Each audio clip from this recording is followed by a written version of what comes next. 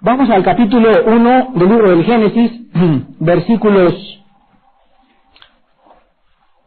del 3 en adelante,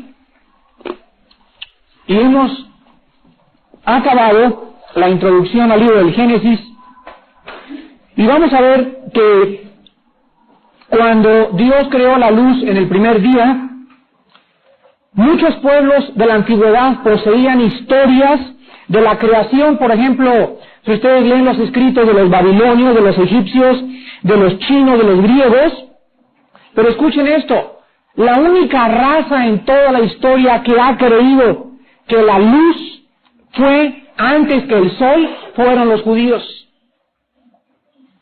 Todos los pueblos, repito, en la antigüedad han tenido historias de la creación, y la única raza que ha creído que la luz fue antes que el sol han sido los judíos, simplemente porque nosotros sabemos que la luz es energía, y antes de que Moisés descubriera la astronomía y la ciencia, la Biblia registra con una credibilidad científica asombrosa que antes de que las grandes lumbreras fueron creadas, la luz, o sea, la energía, los átomos, el espectro electromagnético fue puesto en movimiento para que pudiera la Tierra ser colocada en su orden adecuado. ¿Saben ustedes que desde la creación de la luz por Dios pasaron cerca de 5.879 años para que el hombre inventara la primera lámpara eléctrica? La inventó Tomás Edison el 19 de octubre de 1879 y se fundió en 2 días. La presencia de las ondas luz entonces involucra el espectro electromagnético del cual hablamos la clase pasada. Vamos a ver ahora el versículo 4, y dice la Biblia que después de que Dios dijo sea la luz y fue la luz, vio Dios que la luz era buena y separó Dios la luz de las tinieblas. Aquí vemos que la palabra buena en el hebreo es la palabra tov, T-O, B de burro, tov. Y la palabra separó es la palabra badal, que significa separar entre dos partes. La palabra sin contaminar y pura, sin ninguna mancha o limpia.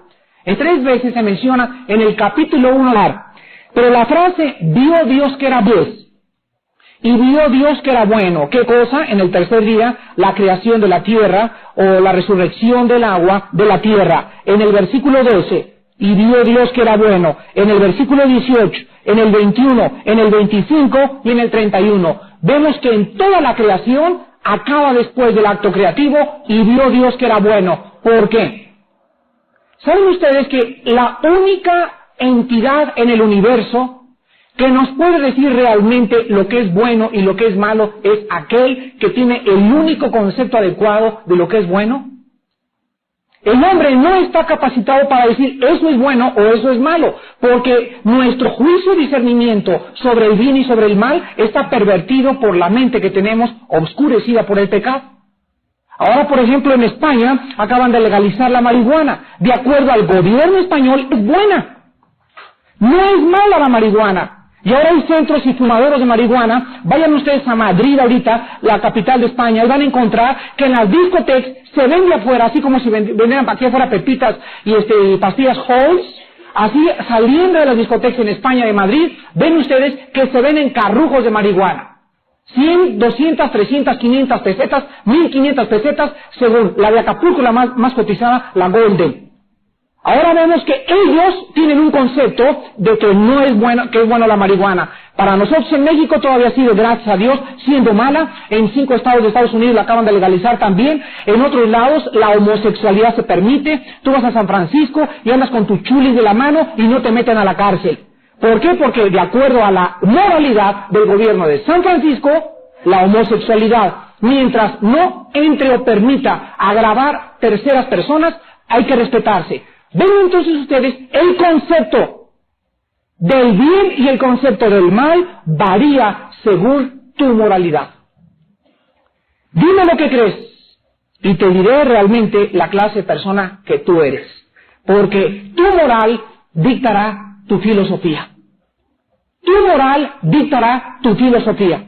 Entonces se repite constantemente desde el principio.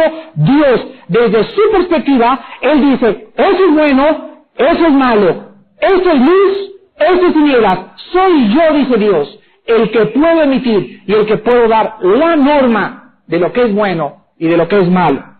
Ahora vemos también a continuación que se establece desde el principio de la creación la separación entre la luz y las tinieblas, entre el mal y entre el bien. En el libro del Génesis, en el capítulo 1, no encontramos, y separó Dios la luz de la media luz, de la un poquito más de tinieblas. En la Biblia encontramos desde el principio bueno o malo, infierno o cielo, bondad o maldad, y nunca hay tipos neutrales.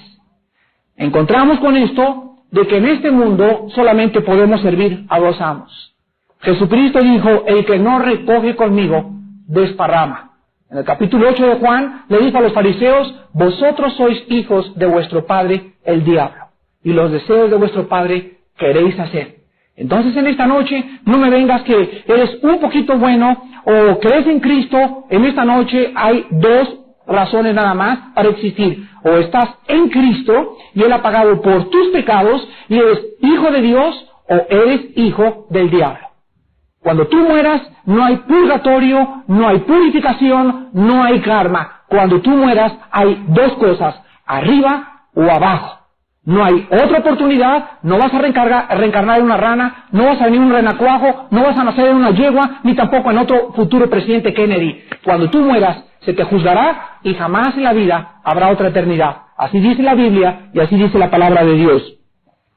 Es muy importante estos principios, porque estos principios recorren toda la Biblia, bueno o malo, luz o tinieblas, infierno o cielo. Versículo 5, y llamó Dios a la luz día, y a las tinieblas llamó noche, y fue la tarde y la mañana un día.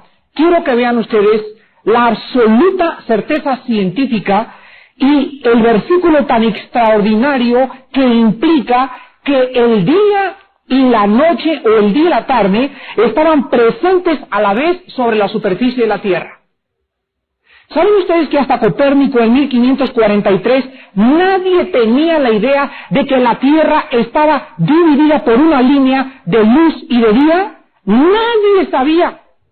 Inclusive hasta hace aproximadamente 20 años, desde que los astronautas comenzaron a tomar fotos de fuera de la atmósfera terrestre, se dieron cuenta que nuestra Tierra está parcialmente iluminada y parcialmente oscura, y la Tierra continuamente está en un lado iluminada y en el otro lado oscura. Aquí en el libro del Génesis, hace 6,000 años, se nos dice que en ese mismo día Dios llamó la tarde y la mañana un día.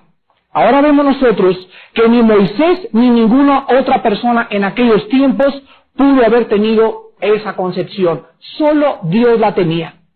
Ahora sabemos que la Tierra, en cualquier movimiento que ella tenga de rotación alrededor, en su movimiento elíptico orbital alrededor del Sol, siempre tendrá una cara oscura y siempre tendrá una cara iluminada. Vamos a ver más adelante también en el versículo 5 que estamos leyendo, que dice la Biblia que Dios le llamó a esto luz y después le llamó a las tinieblas noche, y la tarde y la mañana fue un día. Quiero explicarles a ustedes la palabra día, porque es la palabra hebrea yom, así como los helados yom yom, con Y.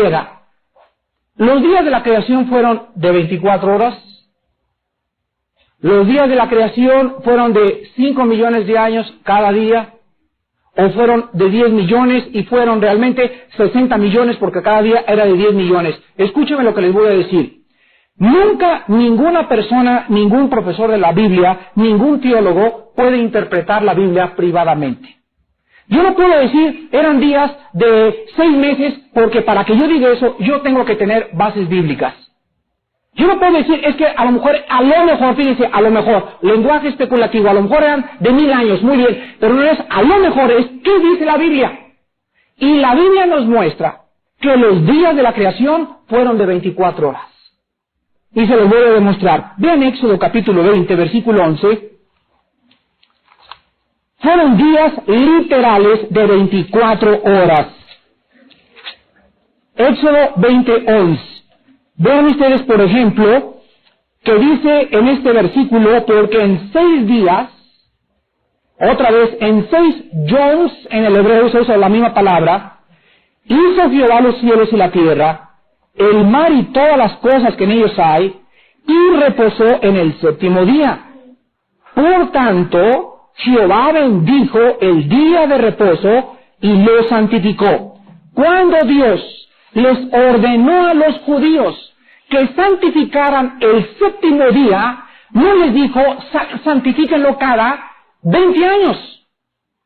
No les dijo, santifíquenlo cada 50 años, dándoles a entender que eran de 10 años los días. Les dijo, al séptimo día, literal, de 24 horas, ustedes van a descansar, porque en el día séptimo, de días de 24 horas, yo descansé. Ahora vean ustedes también que esta palabra Yom se usa 700 veces en el Antiguo Testamento. Repito, la palabra Yom se usa 700 veces y siempre se usa para significar días de 24 horas. En la Biblia encontramos días de 24 horas, pero encontramos semanas de años. Hay semanas de 7 días, semanas de años y meses de años, pero en el calendario judío no había en la palabra Yom ningún día de años ni ningún día de meses. Siempre, literalmente, eran días de 24 horas. Ahora, pregunta, ¿cómo podía haber un día antes de que existiera el sol? Primer ataque, ¿saben ustedes que este fue el primer ataque que recibió la Biblia? Hace 2 siglos, o aproximadamente como 300 años, en el siglo XVII, a finales del siglo XVI, se levantaron algunos agnósticos en Europa y atacaron el Génesis diciendo que era imposible que Dios llamara día a algo cuando no existiera el sol. Pero ¿saben ustedes cuál es la respuesta? La respuesta es muy fácil. Y por fin los teólogos dijeron, y la Biblia tenía la razón. ¿Saben ustedes por qué se le llama día aun cuando no hubiera sol? Simplemente porque la longitud de un día no depende del sol, sino de la rotación de la tierra. Se los voy a explicar. ¿Cómo anhelo mi pizarrón? Hay un usted me prometió mi pizarrón. A ese hermano que me prometió mi pizarrón no me lo ha traído. Necesito un pizarrón. Miren ustedes, hermanos. La tierra, en primer lugar, dice la Biblia, se creó la energía alrededor, el espectro electromagnético, la energía que comenzó a poner en un orden coherente y a tener cohesión los átomos y las moléculas en el espacio. Entonces Dios hizo que apareciera la Tierra estaba desordenada, en ese momento la Tierra no tenía más que la luz del espectro electromagnético, no había sol, pero la Tierra, cuando Dios dice que fue un día, la Tierra en ese momento estaba estática y aquí la Tierra comienza a girar sobre su eje. Y si la Tierra gira sobre su eje en 24 horas, que es el tiempo que transcurre la Tierra en dar una vuelta entera sobre su eje, y no hay sol, de todas maneras, si se fuera el sol, nosotros estamos pasando un día en el planeta Tierra. Otra vez, la Biblia era científicamente correcta, y ello 3000 años antes de Copérnico. Versículo del 6 al 8, segundo día.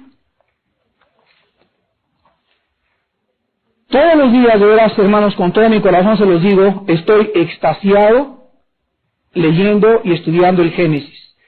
Y anoche le decía a mi esposa, tengo ahorita 5 libros de astronomía, así que me compré, y dije, tengo que estudiar astronomía para poder enseñar el Génesis. Y por primera vez estoy metiéndome en el espacio y los astros y cuánta atmósfera tiene este planeta y de qué está compuesta esto y la distancia del Sol a la Tierra y la distancia, etcétera, etcétera. Y me fascino y me maravillo y le digo, Dios, cuán innumerables son tus obras, qué maravilloso eres y qué exactitud tan absolutamente científica, repito, comprobada ahorita por hechos. De lo que está escrito aquí en un libro que tiene 6000 años de antigüedad. En el versículo del 6 al 8 hay otra maravillosa revelación científica. Luego dijo Dios, hay expansión en medio de las aguas. Y separó las aguas de las aguas, e hizo Dios la expansión y separó las aguas que estaban debajo de la expansión, de las aguas que estaban sobre la expansión, y fue así. Y llamó Dios a la expansión cielos, y fue la tarde y la mañana, el día segundo. El primer día de la tierra, quiero que recuerden todos ustedes, que la tierra estaba llena de agua. Toda la tierra estaba totalmente cubierta de agua pero en el espacio no había nada, o sea, la Tierra no tenía atmósfera, ni había tampoco ninguna capa de ozono. Vean ustedes científicamente cómo primero el espectro electromagnético, después la Tierra, el agua que cubre la Tierra, y después Dios hace que se levante un invernadero alrededor de la Tierra, porque Dios, antes de que creara el Sol, tenía que existir la capa de ozono. No creó primero Dios el Sol sin la capa de la atmósfera, porque sin la capa de la atmósfera nos hubiéramos quemado. Adán y Eva se hubieran achicharrado. El orden es perfecto. ¡Perfecto! ¿Cómo sabía Moisés que ahorita el ozono está permitiendo la infiltración de los rayos ultravioleta a la Tierra, que nos están quemando y produciendo cáncer a todos los que se van a Tequesquitengo y a Acapulco a quemarse? Cáncer de la piel. ¿Cómo sabía Moisés eso? Pues por revelación divina. Pero la Biblia nos muestra aquí en el segundo día que Dios entonces crea la expansión, y es la palabra que significa atmósfera o el aire. Es la palabra hebrea raquia. Expansión es la palabra griega con R, raquia y con Q, raquia, así como suena. Y es el espacio o la atmósfera. Al haber separación entre el agua que está abajo y el agua que está arriba, se prepara todo para la vida que habría de venir. Fíjense ustedes que sin la atmósfera y sin la humedad que proporcionaría la atmósfera y el ozono arriba, no podría tampoco haber vida vegetal. Las aguas sobre la expansión entonces se refieren a la capa grandísima de vapor que existe alrededor hasta arriba de la estratosfera y posiblemente llega hasta la ionosfera. Y esta capa no son las nubes que vemos que flotan en la atmósfera, pues estaban sobre la expansión. Ahora ustedes vean en Génesis, por ejemplo, que encontramos que antes del diluvio no había llovido. Antes del diluvio, dice la Biblia, había un vapor de agua que cubría la tierra. ¿Cuándo apareció esta nube de vapor o la atmósfera terrestre? Apareció precisamente en el segundo día. Ahora ustedes saben que la cantidad de agua que hay en el cielo, se calcula que aproximadamente existen 45,000 tormentas en algún lugar de la tierra todos los días. Escuchen esto.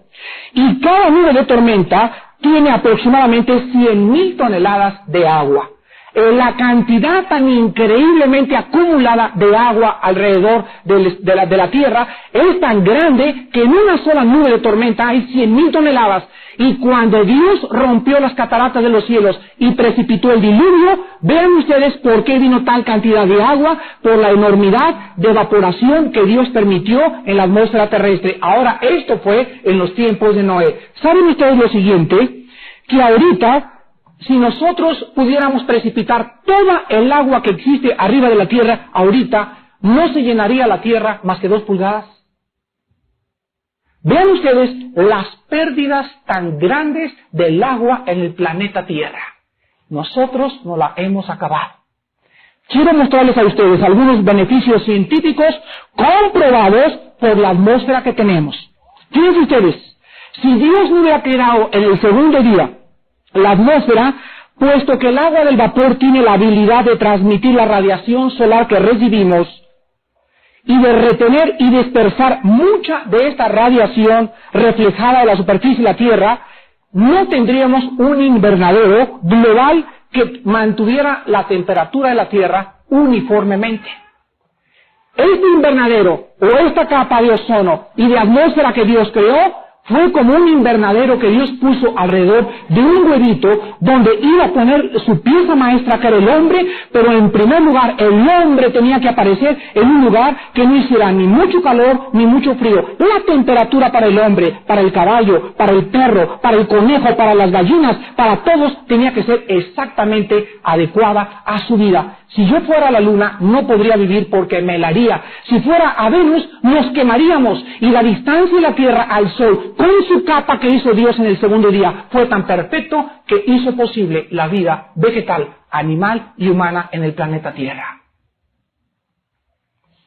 El segundo beneficio científico de la atmósfera radica en que con estas temperaturas tan uniformes, los grandes movimientos de los vientos serían detenidos y las tormentas serían desconocidas. Y encontramos que hasta el diluvio no hubo Adán que le dijo, Eva, tápate porque no es que ventarrón tan tremendo. No encontramos eso en la Biblia. Ni vamos a meternos bajo el huizache porque un tormentón está cayendo. Era perfecto, era uniforme, la temperatura era adecuada. En tercer lugar, sin una circulación global del aire, el ciclo hidrológico de nuestro mundo presente no podría ser implementado y no podría haber lluvia, excepto directamente arriba de los cuerpos de agua de los cuales podrían evaporarse.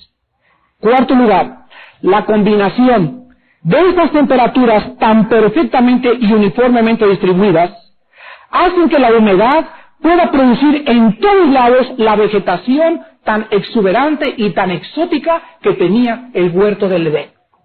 En quinto lugar, la atmósfera también era altamente efectiva para filtrar, repito, las filtraciones de los rayos ultravioleta y de los rayos cósmicos, que de otra manera, si Adán y Eva hubieran sido puestos, o la vida de una planta o un animal, sin que hubiera la separación entre el agua de abajo y Dios evaporara y formara una capa de vapor alrededor que impidiera los rayos ultravioleta, no podría existir, repito, por quinta vez, ni la vida vegetal ni la vida humana. Ahora quiero que ustedes entiendan que el contenido de agua y vapor de nuestra atmósfera presente no es absolutamente comparable con los tiempos de Adán y Eva. Y en último lugar, esta temperatura tan maravillosamente distribuida hizo que los hombres vivieran más años.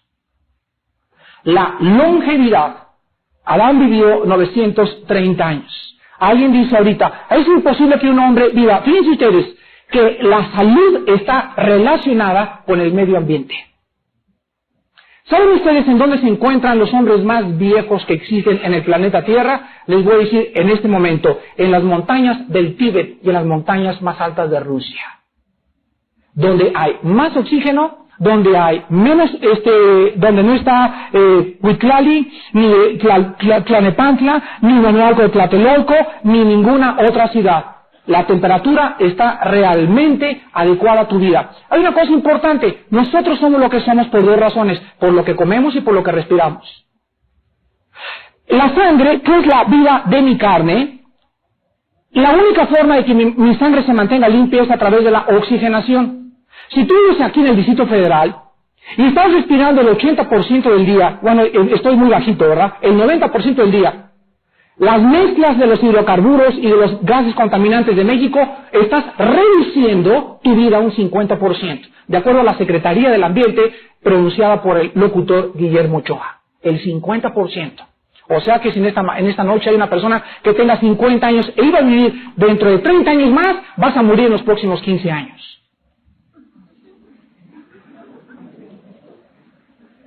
Lo único que les digo es, sálganse de la Ciudad de México los que puedan, sálvese el que pueda.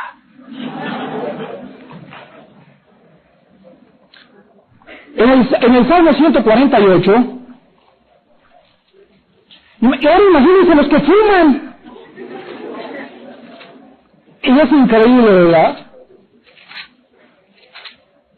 En el Salmo 148, versículos del 4 al 6, encontramos que esta condensación de nubes y de agua, tan miles de toneladas que Dios hizo alrededor del planeta Tierra, antes de que apareciera la vegetación, y se está desapareciendo, quiero que pongan atención ahorita en lo que les digo, Dios forma las miles de toneladas de agua alrededor de la Tierra, en la atmósfera, y después esa cantidad de agua tan tremenda comienza a disminuir, ahorita cae un chaparrón, ya no cae agua, ya casi el agua que se evapora, pues vemos que el agua cae cuando se condensa y vuelve otra vez a repetirse el mismo fenómeno meteorológico, pero quiero que sepan ustedes que la Biblia nos muestra que la misma cantidad de agua que existía antes del diluvio arriba de la tierra va a volver a existir en el milenio. Las condiciones atmosféricas e hidrológicas del milenio, cuando Dios ponga al hombre a disfrutar esta tierra como Adán y Eva, van a volver a repetirse. Vean lo que dice el Salmo 148, versículos del 4 al 6. Fíjense lo que dice. Alábenle cielos de los cielos y las aguas que están sobre los cielos. Alaben el nombre de Jehová porque Él mandó y fueron creados. Los hizo ser eternamente y para siempre. Les puso ley que no será quebrantada. El agua que está arriba de los cielos será eterna. Eterna. Y aún en la nueva tierra que Dios va a crear otra vez, seguirá existiendo las mismas condiciones y las mismas condiciones atmosféricas y hidrológicas para la habitación del ser humano en este mundo. Ahora vemos el tercer día en el versículo del 9 al 10. Regresamos a Génesis 1. Es maravilloso este orden. Dijo también Dios: júntense las aguas que están debajo de los cielos en un lugar y descúbrase lo seco. Y fue así. Y llamó Dios a lo seco tierra, y a la reunión de las aguas llamó mares. Y vio Dios que era bueno. Después dijo Dios: produzca la tierra hierba verde. Fíjense, después de todo lo que necesitaba la hierba para crecer. Moisés era experto en astronomía y en ginecología y en todo. Hierba que dé semilla, árbol de fruto que dé fruto según su género. Que su semilla esté en él, sobre la tierra, y fue así. Produjo pues la tierra hierba verde y hierba que da semilla según su naturaleza, y árbol que da fruto, cuya semilla esté en él según su género, y vio Dios que era bueno. Y fue la tarde y la mañana el día tercero. En este tercer día de creación se hace otra tercera división. Vean que son puras divisiones. En el primer día, Dios divide la luz de las tinieblas. En el segundo día se dividen las aguas de abajo con las de arriba. Se evaporan y existe una división que es una expansión. Entre arriba y abajo hay un espacio. Aquí está la atmósfera, aquí está el mar y en medio hay espacio. Y ahora en el tercer día se divide la tierra seca de las aguas que le van a cubrir. ¿Saben ustedes que es probable que las montañas que fueron llenadas en el tiempo del diluvio, por ejemplo, dice la Biblia que en el diluvio la montaña más alta que ahorita se conoce como el monte Ararat y el Everest, que está en la India, fueron sepultadas? Encontramos nosotros en las montañas más altas, actualmente de acuerdo a la geología, yacimientos coralíferos. Y la única explicación para que las montañas más altas han encontrado corales en el pico de Orizaba, en el Iztaccíhuatl, en el Popocatépetl, en el monte Yatar de Japón, en el Everest, en todos lados. Y la única explicación para eso, ¿verdad?, es de que el mundo estuvo sepultado bajo el agua algún día, en alguna época, hasta la montaña más alta. La Biblia nos muestra, en el capítulo 11 y en adelante de la Biblia, el diluvio universal. Pues aquí encontramos también que Dios le llama a lo seco tierra y a la reunión de las aguas les llama mares. Y quiero hacerles una pregunta y quiero que mediten en lo que les voy a preguntar. ¿Por qué Dios nombró estas 5 cosas? Vean que es Dios el que le pone nombre a 5 cosas, no el hombre. Dios le pone nombre al día. Él es el que le llamó día. Dios le pone nombre a la noche. Él dijo, y llamó a las tinieblas noche. Él, no nosotros. Es Dios el que le pone el nombre a la atmósfera. Él le llamó atmósfera, expansión, raca, la cosa que existiría entre arriba y entre abajo. Y Dios llama en quinto lugar y le pone nombre también a los mares, al mar y a la tierra. ¿Saben ustedes por qué Dios le pone nombre a estas cosas? Simple y sencillamente, para que nosotros sepamos que Él es el único que tiene control sobre todos los fenómenos meteorológicos, sobre los vientos, sobre los terremotos, sobre las tempestades, sobre la lluvia, sobre el granizo, sobre el día y sobre la noche. No nosotros. Vean Isaías, capítulo 40. Él es el Dios de la lluvia, Él es el Dios de los terremotos, Él es el Dios del granizo, Él es el Dios de los vientos, Él es soberano en aquellas cosas que el hombre nunca ha podido ni podrá controlar jamás. Con toda nuestra tecnología y con todas las computadoras que tengamos, nunca el hombre controlará las lluvias. Podrá hacer llover con las lluvias artificiales, Pero jamás el hombre podrá controlar ni los vientos, ni los terremotos, ni los sismólogos que están estudiando estas cosas, porque son cosas que están fuera del alcance del hombre. Y por eso dice en Apocalipsis que cuando venga Cristo y comienza a temblar la tierra, la gente dirá, peñas caigan sobre nosotros, porque verán los fenómenos que no pueden controlar, van a pedir morir y no van a poder. Cuando el hombre comienza a ver que la tierra tiembla, el hombre se arrodilla. Ojalá que hubieran estado ustedes en Guatemala. Íbamos 2 meses antes de que temblara en Guatemala, mi esposo y yo íbamos a ir al seminario centroamericano porque tembló, no fuimos, pero me contaban los hermanos después de que fui a predicar una cruzada a Guatemala, que el 90% de la gente en Guatemala estaba de rodillas pidiéndole perdón a Dios después del temblor. Cuando el hombre se enfrenta a lo sobrenatural y viene un maremoto en Japón y viene el agua y viene la lluvia y se nos viene el monte Chichimeca y el Popocatépetl comienza a inundar Cuautla y todo, ahí te vas a acordar que hay un Cristo. Y ahí tú que te decías, no es cierto, yo soy gurú, pues pídele a la Jibaba del Maharaji que te salve de la lava en ese momento. Dice en Isaías capítulo 40, versículos 12.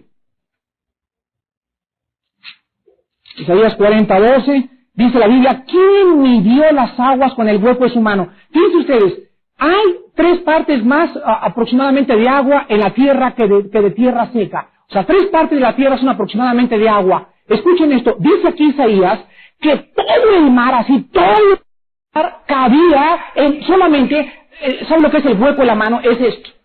Esto es mi hueco de la mano. Dice la Biblia que todo el mar de la tierra cabe en el hueco de la mano de Dios.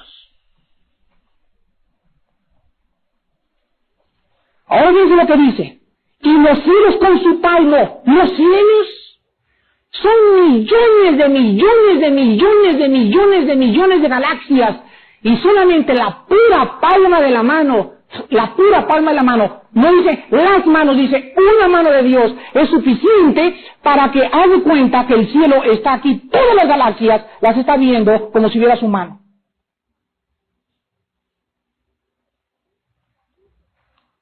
Y dice, con 3 dedos, no dice con 5 dedos, ni con el pulgar, ni con el gordo, ni con los 10, dice, con 3 dedos, junto el polvo de la tierra. El polvo de la tierra. Millones de millones junto a todo el polvo que hay, inundamos todo el continente americano. Pues en 3 dedos, en el hueco del agua, en 3 dedos toda la tierra, y en toda su palma de su mano, está viendo todo el universo. Y ahí como vas con las adivinas, a ver esta rayita que tiene aquí usted en la mano, así que te dicen, pues, ¿se va usted a casar, no se va usted a casar? Dios, aparte de que tiene el control todos los cielos, al mismo tiempo, sabe que ahí está Armando, y me conoce por mi nombre. Pero no solamente me conoce por mi nombre, sino que aún no está la palabra en mi boca, y la sabe toda. ¿Qué Dios tenemos? ¿Qué Dios tenemos? Dice el versículo 21 al 26 del mismo capítulo, ¿no sabéis? ¿No habéis oído? ¿Nunca os lo han dicho desde el principio? ¿No habéis sido enseñados desde que la tierra se fundó? Él está sentado sobre el círculo. Isaías escribió 1700 años antes de Galileo. La Biblia afirmaba ya que la tierra era redonda antes de Galileo. Él está sentado sobre el círculo de la tierra, cuyos moradores son como langostas. No esas langostas que nos comemos en el mar, son las chiquitas esas que están volando. En el original hebreo se refiere a estas cosas que están así. Él extiende los cielos como una cortina. Yo llego en la mañana y hace mucho sol, le hago así a la cortina, ¡prum! Y ¡prum! Sobre las cortinas y entra la luz. Dice la Biblia, así es Dios, puede hacer así, ¡prum! Y de repente funda 5 millones de galaxias. Nada más puede hacer, ¡prum! Como una cortina para Él. Los despliega como una tienda para morar. Él convierte en nada a los poderosos y a los que gobiernan la tierra, hace como cosa vana. Como si nunca hubieran sido plantados, como si nunca hubieran sido sembrados, como si nunca su tronco hubiera tenido raíz en la tierra, tan pronto como sopla en ellos, se secan. El torbellino los lleva como hojarasca. ¿A qué pues me haréis semejante o me compararéis? Dice el Santo. Levantad en alto vuestros ojos y mirad quién creó estas cosas. Él saca y cuenta su ejército, a todas llama por sus nombres, ninguna faltará. Tal es la grandeza de su fuerza y el poder de su dominio. Y desde el Génesis Él nos dice, yo soy el Shaddai, el Todopoderoso. Yo soy Elohim. Cada microbio, cada átomo, cada hoja, mi sistema nervioso, mis uñas, mis pensamientos, el infierno, el abismo, las potestades, lo alto, los querubines, todo está delante de Él. Nadie lo toma por sorpresa, ningún ángel llega y le dicen, tembló en México, Señor, tembló en México. Mándenme a agarrar al chamucón, ¿quién le dio permiso? No hay nada en este universo, nada absolutamente que no se suceda por su voluntad. Él es soberano. ¿Y quién podrá juzgarlo y quién le podrá decir, pues yo no estoy de acuerdo en que hayas sacudido México? Escuchen esto, cuando alguien llegue y te diga, mira, ¿cómo es posible que un Dios así pueda permitirle? Voy pasando, me dice una señora en Tlatelolco, vi cómo le cayeron unas glosotas a un chamaco y se le salieron los ojos por todos lados y la nariz. ¿Cómo es posible que haya podido estas cosas suceder? ¿Cómo es posible que Dios me hizo la pregunta, haya podido permitir esto? Le contesté y le dije a la señora, ¿sabe usted? La pregunta no es ¿por qué Dios permite que se mueran muchos inocentes? La pregunta es ¿por qué Dios permite que sigan viviendo los malos?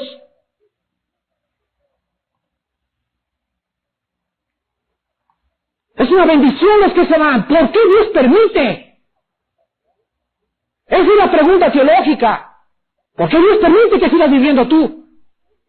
Cualquiera que se levante y ¿por qué Dios hace esto? Tú contéstale. Pues si no lo permitiera, tú serías el primero ahorita en acabar. ¿Y sabes por qué lo hace? Porque su misericordia es más grande que los cielos.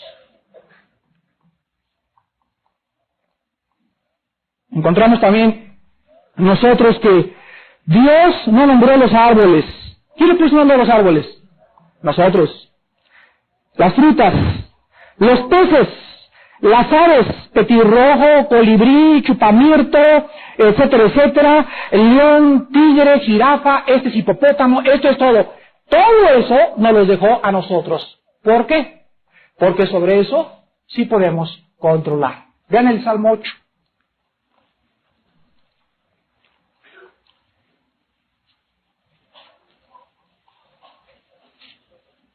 Oh Jehová, Señor nuestro, cuán glorioso es tu nombre en toda la tierra. Has puesto tu gloria sobre los cielos.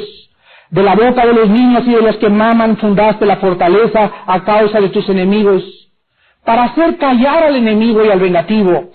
Cuando veo tus cielos, obra de tus dedos, la luna y las estrellas que tú formaste, digo, ¿qué es el hombre para que tengas de él memoria y el hijo del hombre para que lo visites?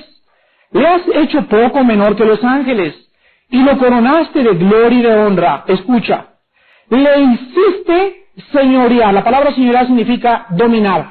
Le hiciste dominar o le pusiste como gobernador sobre las obras de tus manos. Todo lo pusiste bajo de tus pies. ¿Qué cosa bajo nuestros pies? Ovejas, bueyes y todo ello. Y asimismo las bestias del campo, las aves de los cielos y los peces del mar. Todo cuando pasa por los senderos del mar. Dios nos muestra desde el principio, escuchen esto, esto es mi dominio y yo lo voy a controlar y yo los coloco a ustedes en un mundo donde ustedes van a gobernar y no va a haber ningún animal que no les tenga temor. Cuando yo voy a los circos y veo en los circos que un hombre se mete en una jaula y que con un chicote el tigre sabe que ese es un ser humano y que se echa para atrás y que nada más que bajas el chicotito te me voy encima, veo realmente y compruebo Génesis capítulo 1 que todos los animales están bajo nuestro temor y es increíble cómo los animales le tienen más miedo al hombre que a otro de su propia especie. Ahora nosotros encontramos también que el hombre no tiene poder para cambiar ni la secuencia del día y de la noche. Ojalá tuviera algún hombre que dijera la verdad, pues ahorita vamos a cambiar la noche. ¿Qué hombre tiene control sobre el movimiento de rotación de la Tierra? ¿Quién? Pregunta a tu gurú a ver si él lo puede hacer. Vemos en Lucas capítulo 8.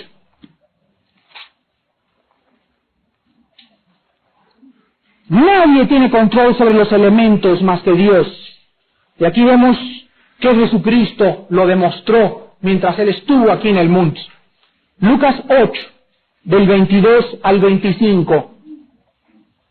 Aconteció un día que entró en una barca con sus discípulos y les dijo, pasemos al otro lado del lago, y partieron. Pero mientras navegaban, Él se durmió. Y se desencadenó una tempestad de viento en el lago, y se anegaban y peligraban. Y vinieron a Él y le despertaron diciendo, Maestro, Maestro, perecemos. Despertando Él, reprendió al viento y a las olas, y cesaron, y se hizo bonanza, y les dijo, ¿dónde está vuestra fe?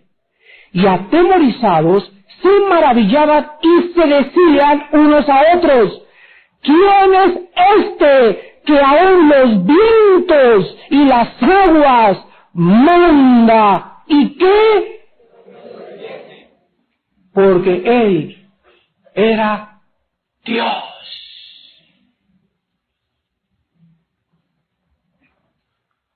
En Isaías capítulo 24 encontramos también cómo el poder de Dios, repito, es igual que Cristo cuando vino al mundo sobre todos los fenómenos.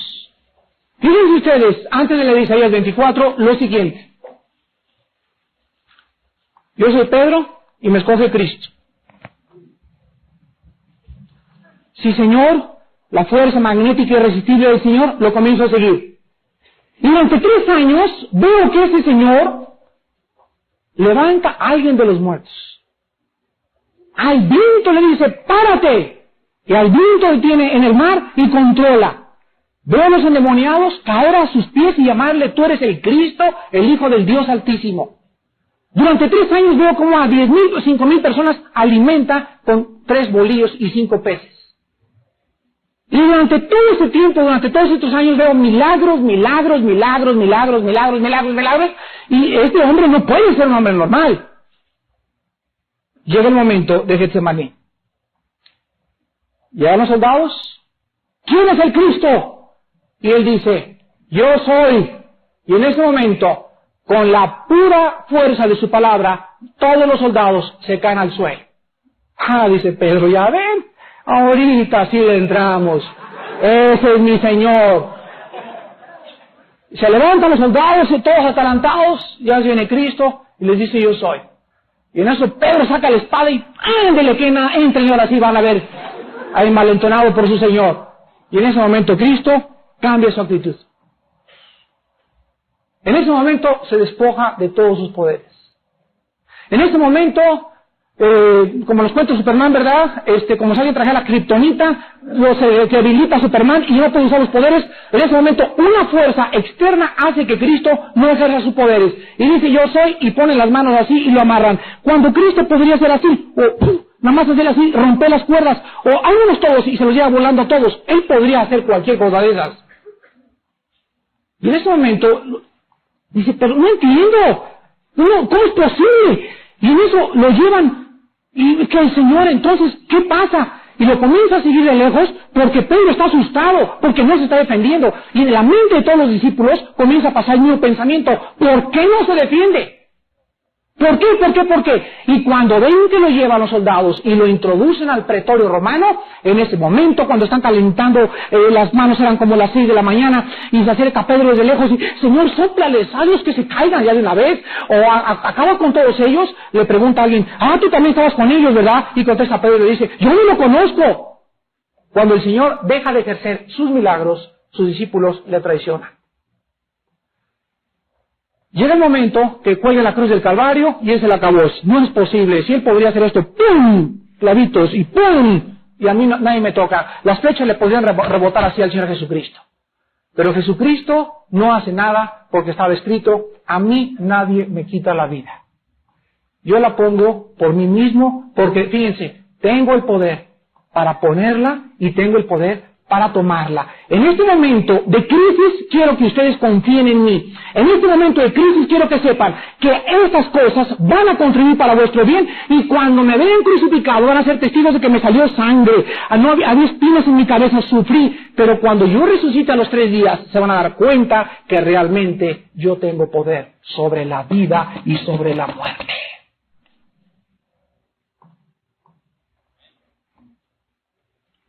Si Cristo no hubiera resucitado, ni hubiera muerto, ni hubiera sufrido, díganme ustedes, ¿quién nos podría decir que hay vida después de la vida? ¿Maharashi? ¿El Totonaco? ¿Quién ha muerto? Ya puedo decir, con pruebas irrefutables. Tan grandes las pruebas que la historicidad de la resurrección de Cristo cambió la historia. Pero el único hecho de que Él haya vuelto a vivir es donde se basa nuestra fe, porque si Cristo no hubiera resucitado, vana sería nuestra fe. El cristiano no tiene su fe basada en dogmas, ni en doctrina, ni mandamientos de hombre. El cristiano tiene basada su fe en un hecho histórico, en algo real. No es cuento de Blancanieves. Él volvió a vivir y cambió el mundo, y 350 años los romanos se alarmaron de que esos hombres cobardes se convirtieron en valientes porque habían visto vivo a su Señor. En Isaías 24 encontramos del 19 al 20 que la Biblia dice: será quebrantada del todo la tierra, enteramente desmenuzada será la tierra, en gran manera será la tierra conmovida, temblará la tierra como un ebrio, será removida como una choza, y se agravará sobre ella su pecado, y caerá, y nunca más se levantará. Apocalipsis 16. De acuerdo a la Biblia, ¿quién hace que haya terremotos?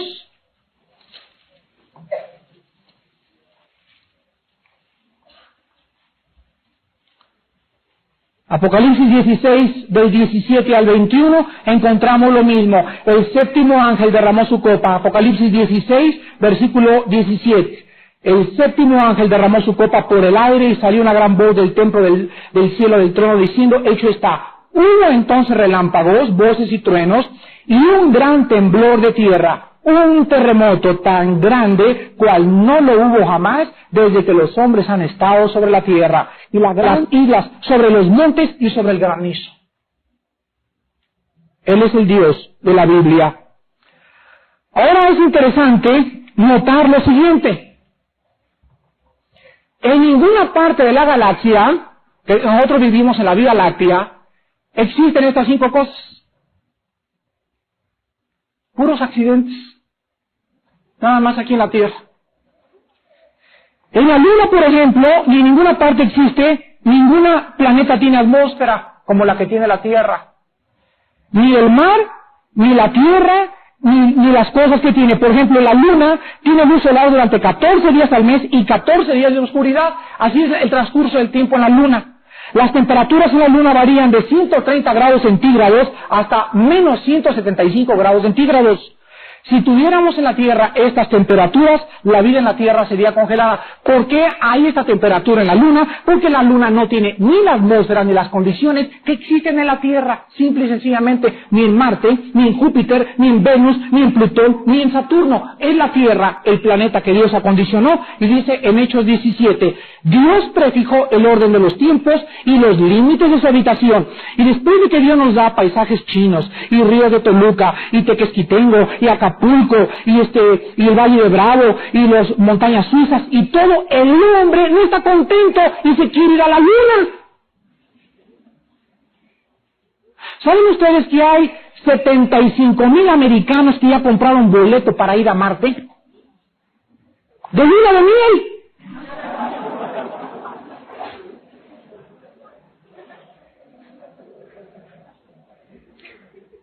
Es increíble, ¿verdad? Yo necesitaría estar, ¿verdad? Moto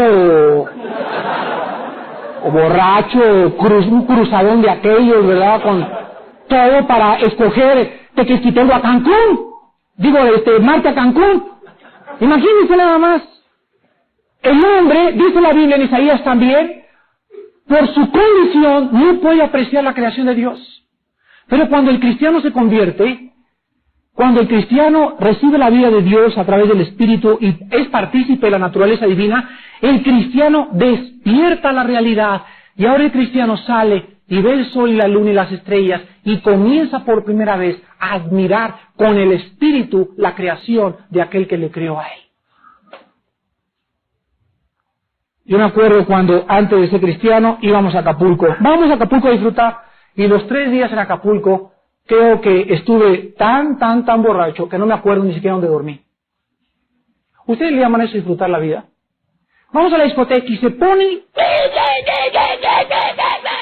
y ponen por ahí pericazo y mota y de todo y amanece en la noche y otra vez y la cosa subir escapando la realidad y pasan los 3 o 4 días y te viene la depresión y todo acaba otra vez una crudeza moral y despiertas a la realidad y gritas y lloras. Porque solo Cristo puede llenar tu corazón y solo Cristo puede darte propósito y solo Él puede hacerte vivir una vida con abundancia y una vida con significado. Por eso tú le necesitas en esta noche. Y encontramos nosotros en una exactitud maravillosa también que la rotación de la Tierra es así, pero al mismo tiempo la rotación de la Tierra es así. Se traslada alrededor del Sol en 365 días, que no son 365 días, son los segundos y horas de menos. Y quiero decir lo siguiente, aquí está el Sol. A ver si la semana que entra me trae mi pizarrón, por favor, el hermano ese. La Tierra va así, fíjense ustedes, esto es increíble, yo le decía a mi esposa anoche, fíjense, escuchen lo que les voy a preguntar. ¿Sabían ustedes que el día que está la Tierra más cerca del Sol es en enero? Voy a repetir, ¿sabían ustedes que el tiempo en que la Tierra está más cerca del Sol es en enero y el tiempo en que está más lejos es en julio? ¿No parece contradictorio? Anoche descubrí esto en un libro de astronomía y le dije a mi esposa, ¿sabías esto? Me dice, no, ¿cómo es posible? Si es en enero cuando más... No, a mí explícamelo. Y le dije así, mira, este es el Sol y esta es la Tierra. Todo el mundo cree que la Tierra hace esto alrededor del Sol, pero sin embargo la Tierra, cuando se acerca al Sol, que es en enero, aumenta su velocidad.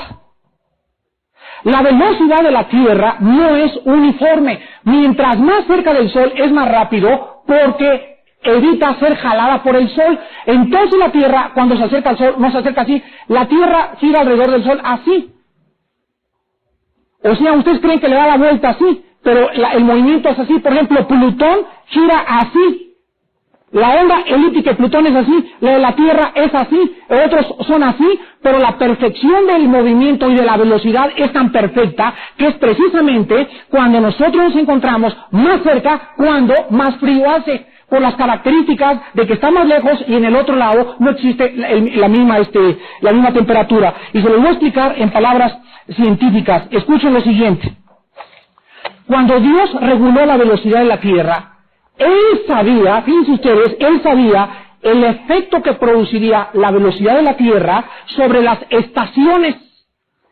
Un estudio de nuestro calendario nos va a revelar el hecho de que existen en el año 179 días entre el paso del Sol a través del equinoccio de otoño. Los que no sepan la palabra equinoccio es el momento del año en que la luz o el día y la noche tienen la misma duración y tenemos 2 equinoccios en el año. El equinoccio de primavera, que es entre el 20 y el 21 de marzo en el norte, el hemisferio norte del planeta Tierra, y el equinoccio de otoño, que es entre el 22 o 23 de septiembre en el hemisferio norte. Consecuentemente, la gente que vive en el norte de la Tierra sur disfruta su verano cuando la Tierra está más cerca del Sol. Este verano del sur es 7 días más corto que el verano del norte. Ahora, la gente que vive en el sur de la Tierra tiene su invierno cuando la Tierra está más lejos del Sol y este invierno es 7 días más largo que el nuestro, por la velocidad de la rotación de la Tierra. Así pues encontramos que la principal razón por las cuales Dios creó el Sol y la Luna, lo voy a ver en la otra clase, es más que cualquier otra cosa para que nosotros midiéramos el tiempo. Dios quería que fuéramos cronólogos, que aprendiéramos a saber que mañana tengo 24 horas. Oh Dios, y es tu tiempo que tú me has dado. Dice en Efesios, aprovechen bien el tiempo porque los días son malos. Y yo no tengo el derecho de levantarme como un holgazán a las 9 de la mañana y no trabajar y no tener tiempo para Dios, ni tampoco tengo el derecho de invertir de cada día 24 horas, 18 para trabajar como un burro y vivir como un negro. Dios me ha dado el día para su gloria. Dios me ha dado el día para que lo disfrute y me levante en la mañana y sepa que, oh Dios, este es el día, como dicen los salmos, este es el día que tú hiciste. Y todos los días hasta que tú vengas, tengo que darte gracias porque el tiempo que existe, medido por mi reloj, ahorita son las 8:57, cada minuto nunca lo vuelvo a recuperar. Cada minuto, cada cigarro que me fume, cada copa que me tome, cada robo que yo haga, todo tendrá consecuencias en la eternidad. Por eso vivamos a la luz de la eternidad, porque el tiempo jamás volverá a acabarse para nosotros. Cristo solamente tuvo 3 años, y los 3 años que tuvo el Señor los vivió intensamente. Los jóvenes dicen, vivamos intensamente. Llevan 8 días de parranda y ni siquiera saben realmente en dónde durmieron. ¿Cómo es posible que nosotros, al ver tantas maravillas, estaciones, primavera, otoño, invierno, por la velocidad de la Tierra, alrededor del Sol, el día, todo lo que pasa, las temperaturas que Dios giró, las temperaturas que Dios diseñó, toda esta creación que jamás hemos apreciado, podamos nosotros decir, no hay Dios? Hermanos, la creación y los cielos cuentan la gloria de Dios, el firmamento, la obra de sus manos. Dios nos ha dejado estampado en la luna, en el sol, en las estaciones, en el día, en la noche, en la rotación, en la traslación, en la temperatura, en todo nos ha dejado el testimonio, que dice Romanos, porque habiendo conocido a Dios, habiendo visto que no puede ser obra de un accidente, es demasiado perfecto todo, no le glorificaron como a Dios ni le dieron gracias, sino que se envanecieron en sus razonamientos. Su corazón fue entenebrecido y profesando ser sabios, yo sé realmente que yo soy el gurú. Dios está muerto, dijo Nietzsche. Y esto no sirve, esto es la evolución. Venimos del chango, queridos discípulos. Se envanecieron y cuando hablaban, ranas y sapos les saltaban de la boca y se convirtieron en necios. Y por esta razón, Dios los empuja y los entrega a una vida de desesperación. Y por eso encontramos a los filósofos del siglo XX con el nombre, los profetas de la desesperación. Jean-Paul Sartre muere escribiendo su libro La náusea, diciendo, la vida es una náusea y la vida en esta noche, yo estoy de acuerdo, es una náusea para ti sin Jesucristo en tu corazón. Cuando Cristo viene, tu vida comienza a cobrar propósito y significado. Vive para Cristo, hermano, mientras Él viene. Despidámonos en oración. Señor, te damos gracias por el planeta Tierra. Qué maravilloso es. Cuando admiramos la vegetación tan exuberante, los miles y miles de flores, la lenteja del agua, que es la flor más pequeña, la flor más grande de Indonesia, el agua tan transparente, tus nubes, las puestas del sol, el aire, todas aquellas cosas que tú quieres que disfrutemos nosotros. Te damos gracias, Padre, porque, como Pablo le escribía a su discípulo Timoteo, todo lo que Dios creó es para que el hombre lo disfrute. Pero el pecado, Señor, no nos permitía antes disfrutar de esto. Vivíamos encerrados en nuestras vidas. Íbamos por la carretera Cuernavaca y ni siquiera podíamos disfrutar los paisajes tan hermosísimos que hay en esa carretera. Porque el pecado no nos deja ver más allá de nuestras narices. Vivíamos para hacer dinero y teníamos el dinero y no podíamos ni siquiera disfrutar el dinero. Porque el hecho de que un hombre tenga dinero no significa que sea feliz. La vida del hombre no consiste en la abundancia de los bienes que posea. Podemos tener todo y ser despojados de nuestros bienes, pero si te tenemos a ti, te tenemos todo. Porque la vida se disfruta con tu bendición. Y se disfruta más comiendo comida de legumbres y un plato de frijoles, con tu bendición, que con buey engordado, donde hay odio. Padre, gracias porque solamente tú eres capaz de hacernos disfrutar la vida. Y tú quieres que la disfrutemos, que nos levantemos con gozo cada mañana. Sí, todos estamos en tribulaciones, pero no desesperados. Estamos perseguidos, pero no desamparados. Muchos caemos, pero nunca nadie nos podrá separar del amor que es en Cristo Jesús. Estamos en problemas, pero nunca angustiados, llevando siempre en nuestro cuerpo la muerte de Jesús, para que la vida de Jesús se manifieste en nuestros cuerpos mortales. Porque tú nos llevas siempre de victoria en victoria en Cristo Jesús. Oh Padre, haz que mis hermanos cobren conciencia de vivir, de disfrutar las maravillas y las bendiciones tuyas, y dedicarle más tiempo cada día de 24 horas que tenemos a pensar más en ti, en tu palabra, y a darte gracias, porque tu palabra dice, sed agradecidos en todo. Porque esta es la voluntad de Dios para con vosotros en Cristo Jesús. Den gracias en todo. Den gracias cuando está lloviendo, cuando hay granizo, cuando tiembla, cuando se sacude la tierra, porque Dios está sentado en su trono y todas las cosas están contribuyendo para nuestro bien. No hay nada que nos pueda afectar, porque en tu mano estamos y nadie nos va a poder arrebatar de tu mano, ni los mismos diablos y demonios del infierno. Oh Padre, despiértanos a la realidad de tu creación y tener en nuestro corazón la alabanza de decirte, bendito sea el Creador del cielo y de la tierra. En el nombre de Jesús. Aleluya.